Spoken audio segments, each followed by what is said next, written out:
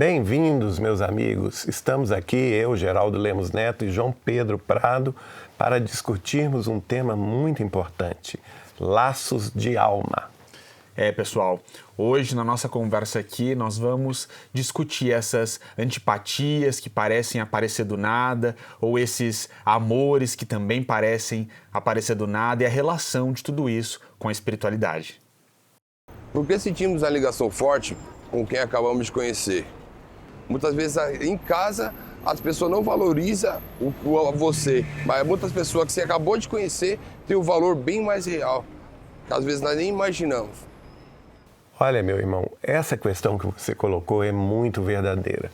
Allan Kardec, no Evangelho segundo o Espiritismo, vai nos aprofundar esse tema, nos mostrando no subtítulo Laços de Família e Laços Espirituais, ou Família pelos Laços de Sangue, ou Família pelos Laços Espirituais, essa questão que é muito verdadeira.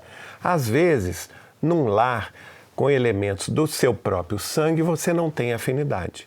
Mas quando você conhece uma pessoa nova que você nunca viu, você não tem nenhum conhecimento sobre a família dela, e você sente aquela simpatia imediata, aquela afinidade, você fica tão feliz de conhecer aquela fulana ou aquele fulano e pensa assim: nossa, como foi legal conhecer essa pessoa, como que ela me trouxe um sentimento bom, um sentimento de amizade profundo, como eu quero estar com ela novamente. Isso aí denota o quê? Denota uma simpatia que é pregressa. Uma simpatia imediata, uma afinidade que foi instantânea, que não houve ali razões que justificassem essa simpatia, simplesmente uma intuição pura, cristalina, que você estava reencontrando aquela pessoa. A gente até costuma dizer, gente, isso não foi um encontro, foi um reencontro. Então, essas são as belezas da vida, não é? O reencontro espiritual com pessoas amadas que retornam, às vezes de famílias muito diferentes das nossas, mas que se tornam nossos irmãos de alma. Olha, meu irmão, ouvindo aqui a sua pergunta e ouvindo a fala do Geraldinho, eu me lembrei de quando o profeta Salomão vai dizer nos seus provérbios: há amigos mais chegados que um irmão. Esses laços de alma muitas vezes não refletem a consanguinidade. Muitas vezes, como você mesmo colocou na pergunta, dentro da própria casa, naquele ambiente, a pessoa encontra muito desafio, mas muita tristeza. E não é reconhecida. Não é reconhecida. Eu gostei muito quando você trouxe essa questão de não ser reconhecido, porque o próprio Cristo vai nos dizer: profeta não tem honra na própria casa. Falando sobre esse aspecto de alguém que está buscando a Deus e às vezes não vai encontrar eco naqueles com os quais cresceu ou com os quais nasceu, mas vai encontrar eco em outras pessoas que também buscam a Deus, que também buscam a espiritualidade superior, às vezes em outra cidade, em outro estado. E esses são os laços de alma, sintonia, almas afim. Então, quando a gente pensa, aqueles que buscam a Deus vão ter sintonia nesse sentido. Aqueles que estão chafurdados no materialismo também vão ter sintonia nesse sentido. E é muito bonito, como o Geraldinho colocou, quando nós reconhecemos alguém, um amor do passado, quando você olha para uma pessoa e você de fato percebe ali não um encontro, mas um reencontro. Nas cartas de Chico Xavier, ele usa uma expressão de que eu gosto muito. O Chico, em muitas cartas, escreveu assim: encontro, reencontro, para se referir a alguns amigos, a algumas pessoas que ele sabia que estava reencontrando de vidas passadas, criando esse neologismo. E eu acho que nós temos que ter os olhos muito abertos e o coração aberto para perceber quando chega um amor de uma vida passada e as correrias normais do mundo não acabarem fazendo que esse laço não se consolide na encarnação atual, porque são afinidades, são amores e ali uma boa sensação, tudo com muita facilidade. Você não precisa de um esforço para gostar da pessoa, você não precisa de muitas horas para que tenha um clique naquela conversa e vocês consigam de fato se comunicar comunicar reciprocamente para que aquela pessoa te entenda e você entenda aquela pessoa. Tudo flui de uma maneira muito maravilhosa e isso é uma dádiva quando acontece aqui na Terra. E como o Geraldinho mencionou também, é claro que esses reencontros podem ser também de antipatias.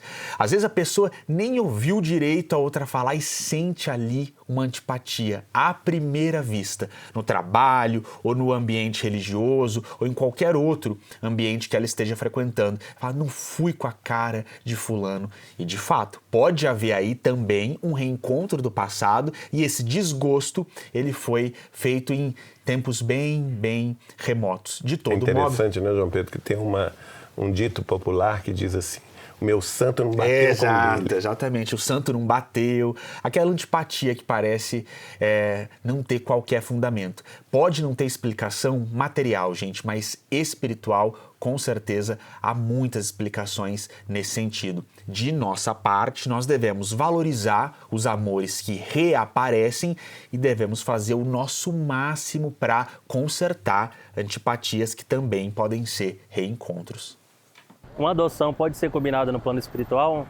Acredito que não. Duas pessoas, na minha opinião, são dois espíritos distintos e elas podem não se conhecer e, apesar disso, na alma, entre os sentimentos, elas podem ter coisas em comum que vão facilitar esse processo. Mas, especificamente, que elas tenham se conhecido antes, eu não acredito nisso. Na concepção espírita cristã, existe uma programação da nossa existência. E essa programação, ela é feita antes da gente reencarnar. Então, quando a gente está no mundo espiritual, a gente faz todo um estudo sobre o nosso passado. Esse estudo não é feito sozinho, você é ajudado por mentores espirituais, por familiares queridos que já estão mais amadurecidos, que já evoluíram mais do que nós.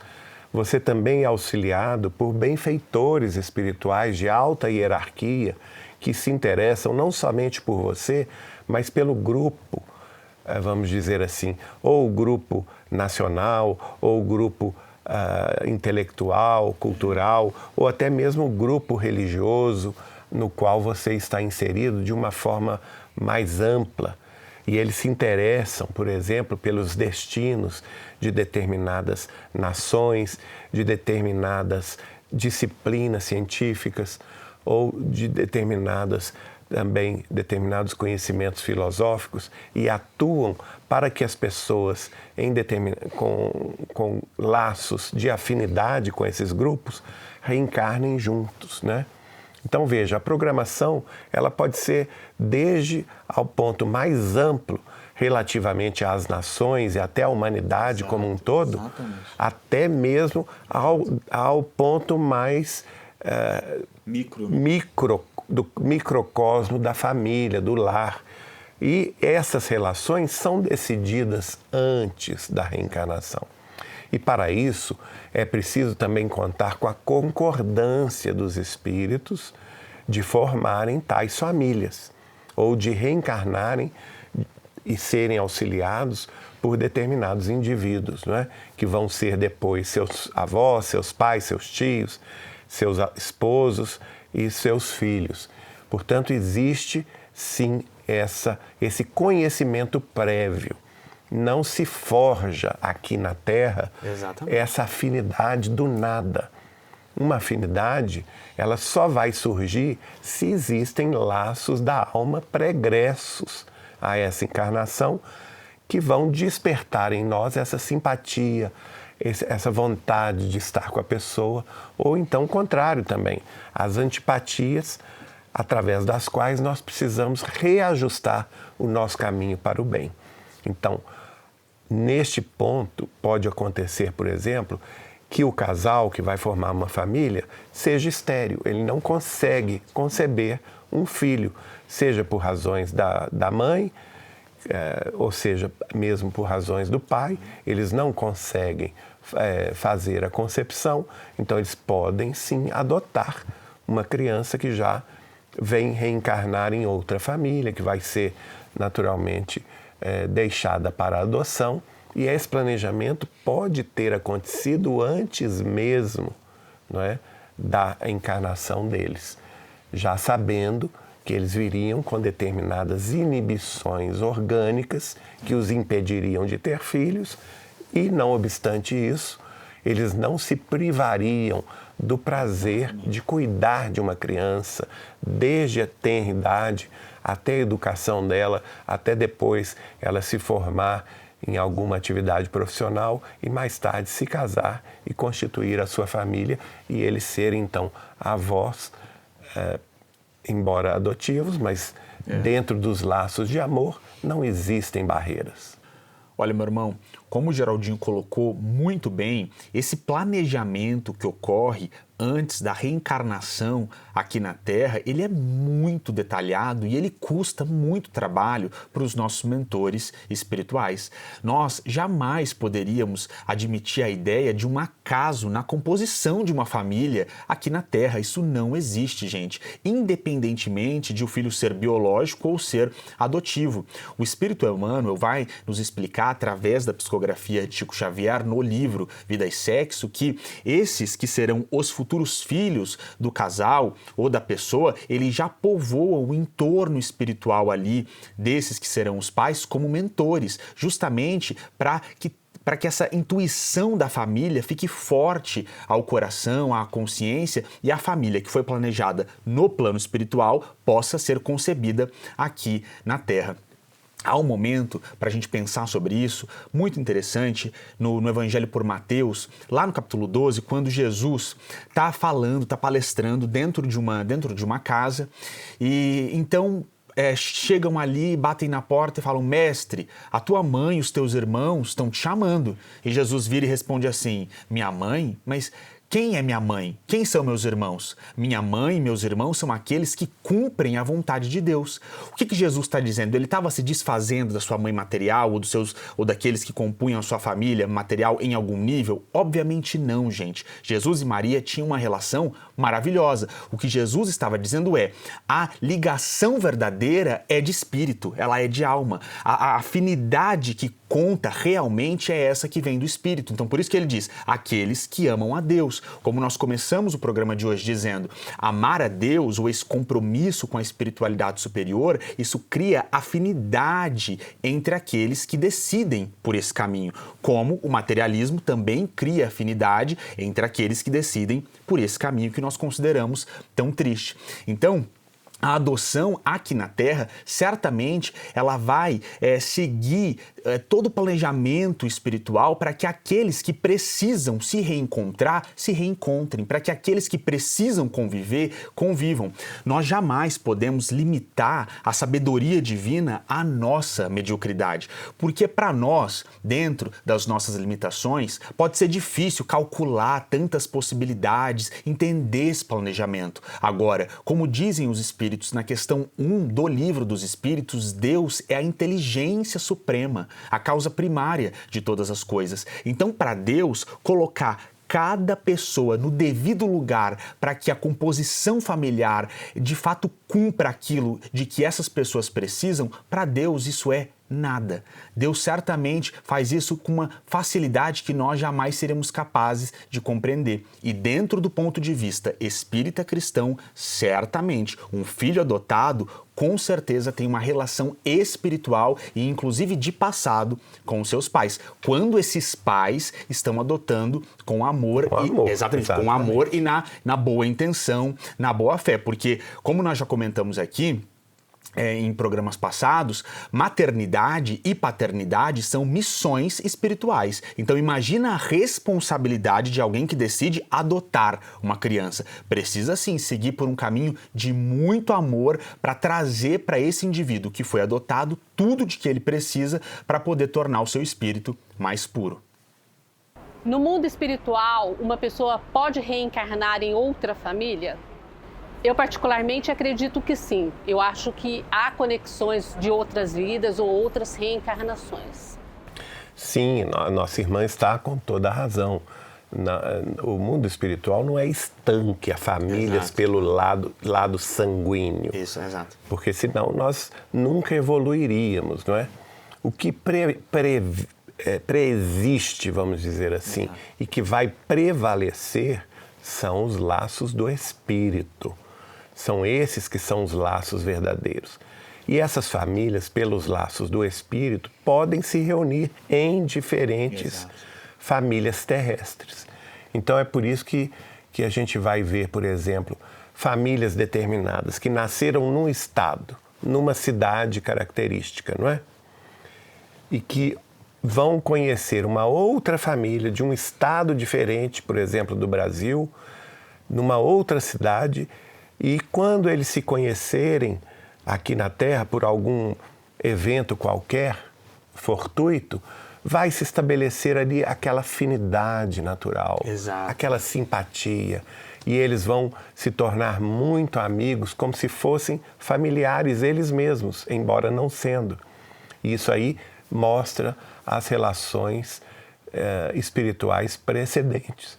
E nós podemos sempre ampliar os nossos laços de amizade.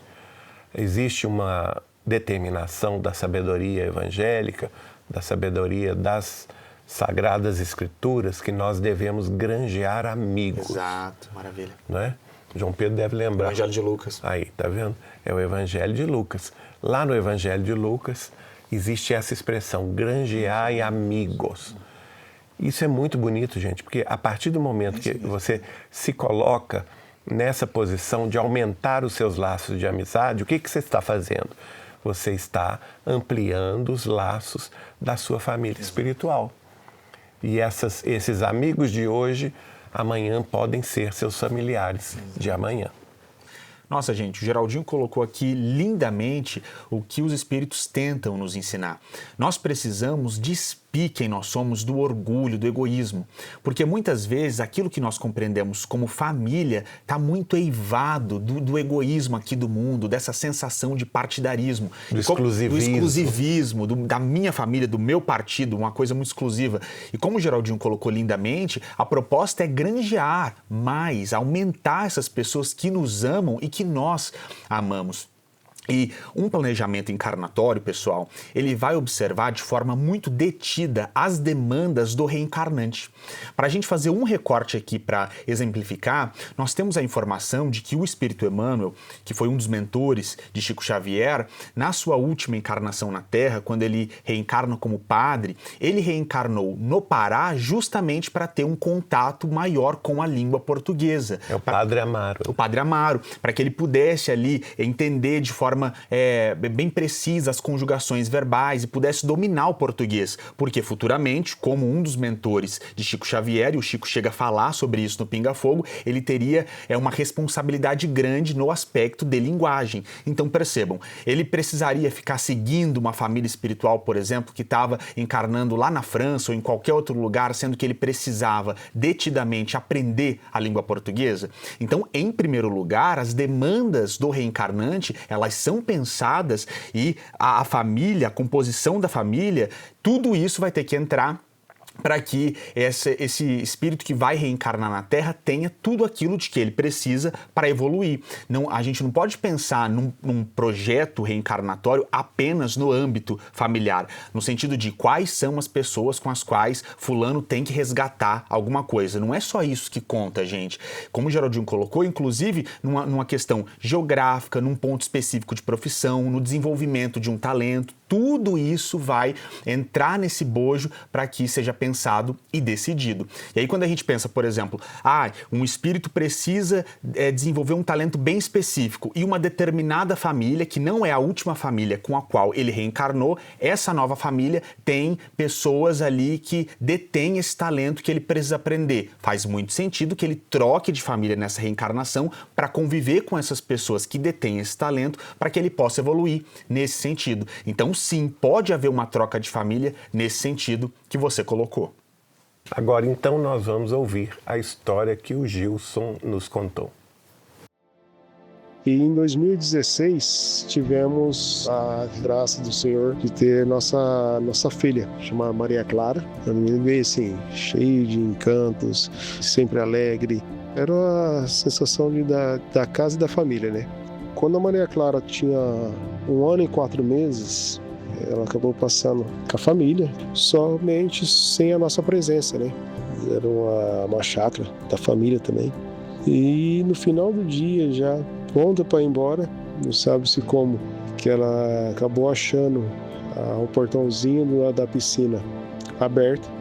Acabou entrando e o pessoal próximo, questão de metros, né? E ninguém viu. E questão de alguns minutos depois, as crianças tentaram voltar para a piscina lá, viram ela já desacordada dentro da piscina, já, né? Afogada.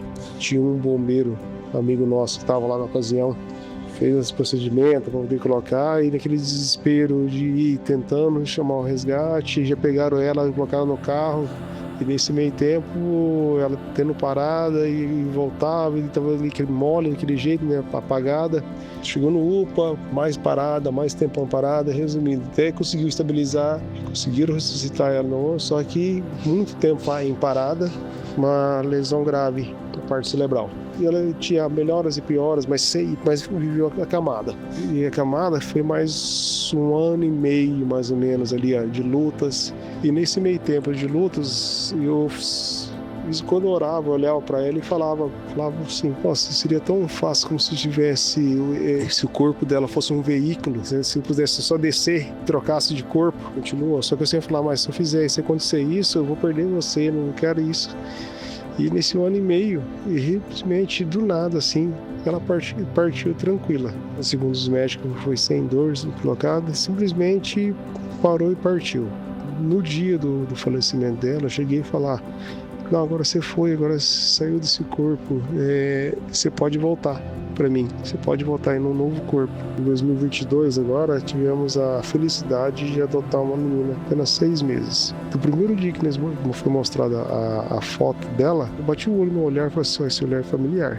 Eu pesquisei numa foto e falei assim, o olhar é semelhante. 1 mês depois, essa criança chamada Giulia veio para casa, sendo a família olhava e falava assim, nossa, olha, é a cara da irmã dela, e por aí vai, né? Os sentimentos, depois que ela veio, nós temos uma sensação de paz, parece que a família de novo está completa, não tem aquela sensação de falta, de ter tudo aquele luto que nós tivemos para trás, de repente foi sumindo o luto. Então, será que realmente a alma dela evoluiu tão bem evoluída que simplesmente mudou o corpo? Será que ela voltou? O desencarnar dela realmente desencarnou e reencarnou? Uma alma tão nova, evoluir tão forte assim para poder reencarnar. Olha, nosso irmão Gilson, a sua história nos emocionou profundamente, nos tocou fundo o coração. E eu acho que as respostas que você busca, você mesmo já deu. Não é? Nesse caso maravilhoso, você mesmo afirmou que você reconheceu na Júlia a reencarnação da Maria Clara, da sua filha. Embora ela fosse adotada, o que não impede absolutamente nada. E, de fato, o que nos parece pela intuição é que este amor pregresso aí, esse amor grande que une a sua filha, a sua própria família, né, a você e sua esposa, tendo essa desencarnação prematura, ainda na infância, acaba voltando justamente para continuar e reforçar os laços de amor que os unem para determinado objetivo. E às vezes a gente olha para a criança e acha que ela é uma alma nova. O seu único engano foi esse. Não, nenhuma criança é uma alma nova, porque o que é formado aqui na parte física da Terra são os corpos. Os corpos podem sim, são novos, mas as almas são antigas, muito antigas. Nós somos espíritos multimilenares. E certamente a sua filha Maria Clara já é um espírito experimentado, evoluído, e não quis se afastar de vocês, né? E pediu para voltar o mais rápido possível. E a espiritualidade achou uma forma, que ela reencarnasse numa outra família, fosse até mesmo enjeitada, não é? Para ser adotada por vocês mesmos. Olha que coisa linda. E eu acho que vocês serão muito felizes com esses laços da alma, laços profundos de amor e redenção. Amém, que assim seja. Olha, meu irmão, essa sua história realmente é muito emocionante e ela mostra para todos nós o poder do amor. Porque eu acredito que mesmo que essa criança tivesse nascido do outro lado do mundo, pela força do amor, ela iria exatamente para sua família, para a família que é dela. Na doutrina espírita, principalmente nos livros psicografados por Chico Xavier, nós temos alguns relatos muito interessantes de casos exatamente como esse seu, de um espírito que desencarna em tenridade e volta para a mesma família. Há um livro interessantíssimo de que nós gostamos muito, intitulado Entre a Terra e o Céu, e nesse livro nós temos a história de um espírito que volta algumas vezes para a mesma família. E isso comprova o que nós estamos debatendo no programa de hoje. A perenidade do laço espiritual, do laço de alma, a beleza do amor. E é muito lindo perceber como que esses que se amam se procuram. Eles têm uma necessidade de estar juntos. Isso é muito bonito e traz para os nossos corações muita esperança. Como o Geraldinho colocou aqui, ela certamente decidiu retornar para a mesma família, voltar para esse seio amoroso de que ela certamente gosta tanto. E assim independentemente de ser um caso de adoção ou não, porque a adoção, nesse caso, é um detalhe que viabilizou que ela retornasse para o lar de origem, para a casa que ela tanto ama. A sua história traz para todos nós muita esperança e muita fé. E como o Geraldinho colocou aqui, eu também faço os meus votos aqui para que vocês sejam muito felizes e aproveitem muito esse amor que vocês estão tendo a oportunidade de viver nesta encarnação. Veja você, Gilson, que você mesmo propôs a ela voltar. Quando ela estava doente, naquele ano e meio em que você e sua esposa cuidavam dela, talvez até no hospital, não ficou claro, ou em casa, que ela teve muitas complicações orgânicas depois do afogamento, não é? Antes da sua desencarnação. Numa conversa que você teve com ela, o pai com a filha, não é? Você propôs a ela: minha filha, nós te amamos tanto, quem sabe você deixa esse veículo, que é o corpinho físico que estava debilitado, e volta noutro corpo. Essa oração foi lindíssima. E você foi ouvido. Quer dizer, a sua oração não é só a pessoa ajoelhar e fazer gestos pedindo a Deus alguma coisa. A oração é uma proposta, não é? Ao mesmo tempo que ela tem a ver com o ato de orar, é também uma ação, um pedido. E você pediu a Deus que ela voltasse, e Deus permitiu que ela sim voltasse, através da adoção, rapidamente aos braços dos pais. Até o próximo programa, minha gente. Queremos as suas questões e também os seus casos para o debate aqui conosco. Tchau, tchau.